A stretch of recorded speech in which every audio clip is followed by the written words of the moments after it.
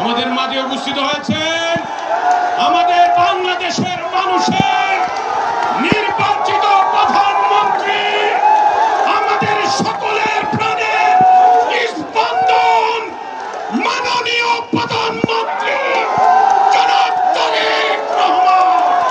জনাব তারেক রহমান।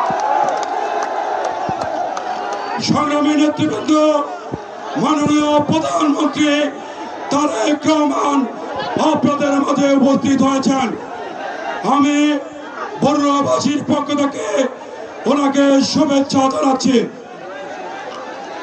সম্মানিত উপস্থিতি, আপনারা দেখতে পাচ্ছেন আমাদের সকলের প্রিয় নেতা, এই বাংলাদেশের গণমানুষের ভোটে নির্বাচিত প্রধানমন্ত্রী, যিনি ইতিমধ্যেই বাংলাদেশকে অনন্য উচ্চতায় নিয়ে যাওয়ার প্রাণপণ চেষ্টা করছেন।